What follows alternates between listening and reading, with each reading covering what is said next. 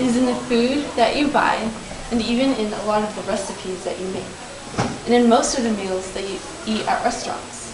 This ingredient that I'm talking about is soy. Soy is in numerous food products because so many people have been deceived to believe that it benefits their body, when in fact it actually does quite the opposite. Now, before I tell you all the negative aspects of soy, you need to know that soy actually does have a few benefits.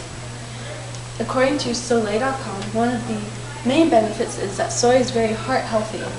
It can lower your cholesterol and even lower the risk of heart disease. Soy is also a complete protein. So many people, such as vegans and vegetarians who don't eat meat, milk, or eggs, use soy so they can have complete proteins in their diet. Now, the problem is that the soy that we eat here in America, and even in some of the other countries, is not a good type of soy. If you are interested in ever eating soy, you need to eat fermented soy. And fermented soy is what most of the people in other countries, maybe such as Asia, they eat fermented soy. Now, fermented soy, you can get the benefits from fermented soy because all the anti-nutrients are destroyed. And I'll discuss these anti-nutrients in a little bit.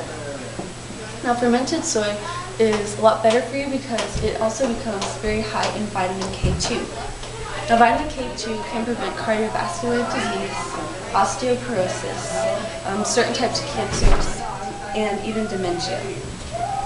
Now, the reasons why the soy that we eat, so unfermented soy, is bad is because, well, according to Dr. Joseph Mercola, it has many phytoestrogens in it. Now, these phytoestrogens are very negative to both adult men and women and also babies. In men, it can create an imbalance in testosterone, create infertility, and also increase the risk of cancers. In women, just by drinking 2 glasses of soy milk, it can affect the woman's menstrual cycle. It also can create infertility and increase the cells of breast cancer. And if you think that is bad, in babies it's even worse. When adults feed babies soy formula, it's like giving them 20,000 times as much estrogen as a man or woman receives when they eat soy. So basically, soy formula is the equivalent to 4 birth control pills a day. Now, soy also makes the body function differently. One of the first things, according to wellnessmama.com, is that it has protease inhibitors in it, which block essential enzymes that help digestion of proteins. Now, it also increases the need for vitamin B, vitamin B12, calcium, and magnesium. The problem with this is we already need those in our diet. So by eating a lot of soy, we increase the need for taking vitamins or pills when we really don't need to do that. Now, soy contains hemagglutinin, and hemagglutinin causes red blood cells to clump, which makes them very difficult to absorb and disperse oxygen to the tissues in the body.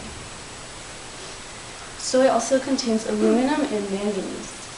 Aluminum is very toxic to the nervous system and to the kidneys. Now, manganese is very harmful to babies. In babies, it can disrupt their metabolic system.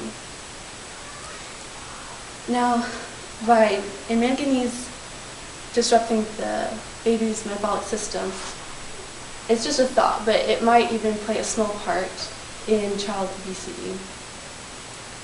In the end, then, what you really need to know from the speech is that soy is both good and bad. It's kind of, as an example, a lot like medication. You know, when you watch the commercial, it'll say the purpose for medication, which is good, but then it'll say all the negative side effects. And soy is a lot like that. Soy, its intentions are good, but the soy that we eat, which is very processed, and also the way that it's grown, creates it to really negatively affect our bodies.